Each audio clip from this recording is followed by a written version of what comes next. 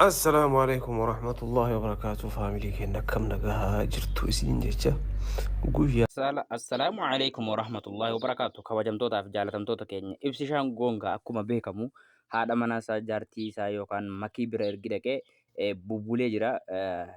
Ibsishaan gooni lammummaa biyya Paaris yookaan Faransii qaba. Viizitiidhaan jaartii isaa kana bira dhaqee yommuu viizitiidhaan dhaqu viidiyoo kanaan gadhumaatti itti agartanii qabadhee isin dhiyaadheen jira. Viizitii ji'a takka qofa kutateeti karaa isii imalee sanaan booda viizitiin sun jalaa dhume boriin deemaa jira jedhee masaraa masaraa wayii daawwachuudhaaf deemee ture bakka sanatti qabameeti hidhamee ammaan tana ibsishaan goon hidhaa jira jechuudha. Maaliif hidhame? Akkamiin baha? Eenyu falmuufii danda'a? Kan jedhu qabannee dhiyaannee jirra. Hanga dhuma sagantaa kanaatti intarvii illee nama goone qabna Kaayiroorraa. Hanga dhuma sagantaa kanaatti nu waliin tura bashannanaa jechuudha. Nala Ayyuubii jechuudha gimbiidha kuni yeroon san ijaarame kaayiroo keessaa bakka kamitti yoo akka mul'atuuf Boriin deema jedhee egaa sirna gaggeessaa isaa irratti sirna gaggeessaa isaatiin wal qabateeti kan isiin sapiraayizii gochuudhaaf gara masaraa Ayyuub Ansaarii kana geessite. Gizee geessitu kana keessatti achitti immoo poolisiin waraqaa isaa gizee ilaalan guyyaan viizitii isaa dhumee waan jiruuf inni boriin deema jedhaa jira. Asliin faan baay'ee jedhanii barreessanii turanii. Inni illee baay'ee Kaayiroo jedhee gara FB isaatii fi gara TikTok isaa irratti barreessee ture.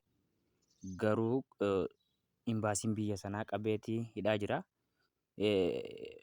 Kana kan falmee kan baasuu danda'u imbaasii biyya Paarisiidha yookaan Faransiitu baasuu danda'a malee kan Itoophiyaa inni lammummaa Itoophiyaa hin qabu.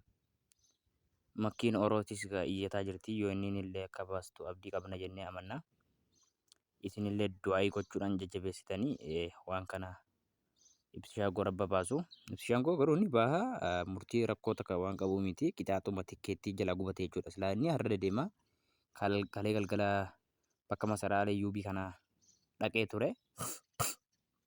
Bakka masaraa kana gizee bakka sanatti kan inni qabame eda mana hidhaa bulee har'a yookiin ni baha garuu har'a gizee bahu boru silaa har'a kara Faransii deema tikkeettii kutatee jechuudha qabamee jira jechuudha. Ni baha garuu maallaqa tikkeettiitu jala gubata.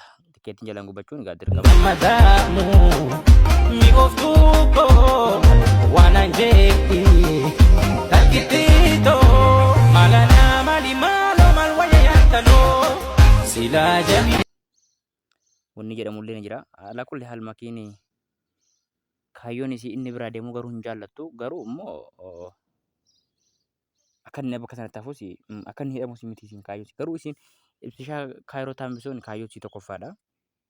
Ibsishaan goo akka inni Faaris deemu hin barbaaddu. Sosobdeetii akka guyyaan tikkeettii isaa jalaa gubatu kan goote jechuudha. Guyyaan tikkeettii jalaa gubate hidhamee ni baha garuu har'a hidhamee halkan hidhamee boru har'a hidhaarra baha garuu tikkeettiin isaa asila har'a deemuu ture hafee jira jechuudha. Kaayyoon makkii inni guddaan ibsishaa goo Kaayiroo taambisuudha. Kaayyoon inni guddaan. Garuu kun immoo jireenya biyya baqaa keessa nama wajjin jiraachuun waan hin taaneef haalli illee mijeeffamee isiin illee isaa wajjin deemuutu gaarii ture silaayi. Garuu akka yaadame hin taane isiinis shakkii qabdi akka inni biraa deemuu hin jaallattu.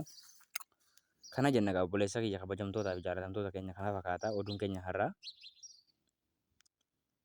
Ibsishaan goon hidhamuun aslii baay'ee rifachiisee waa gochuu hin danda'anu yoo inni waa gochuu hin danda'u imbaasiin Itoophiyaa waa gochuu hin danda'u. Inni gurbaan dhalataa Itoophiyaati malee lammii biyya Faarisiidha.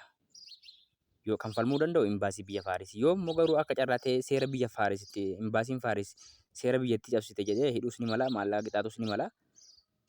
Badiin balleessine waan ta'eef homaa rakkoo qabu. Garuu namoonni takka immoo hanga lammummaan Faaris irraa haqamuu gahaa dippiloomaasii biyyattii waan cabsee fi yoo mootummaan biyyattii kan himatu ta'e imbaasiin Faaris biyya sana jiru lammummaa irraa haqa jedhanii waa hedduu haasaa jiranii.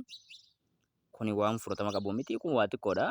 Daqiiqaa waa xiqqoodha kan fakkeenyaaf inni viizitii ji'a takkaatti kan inni kutatee deeme daawwannaa jechuudha. Guyyaan ji'a suni hin dabare daqiiquma waa xiqqoo dabre silaa bakka yeroo kanatti ati dirree xiyyaaraatti argamuu qabdan malee bakka qorannaatti argamuu hin qabdu jedhaniidhaan jechuudha. Kanaafuu jennaan ni baha rakkoon qabaatinaa isiniin jechaa galatoomaa isiniin jechaa subscribe share gochuun jajjabeessaa isiniin jedha.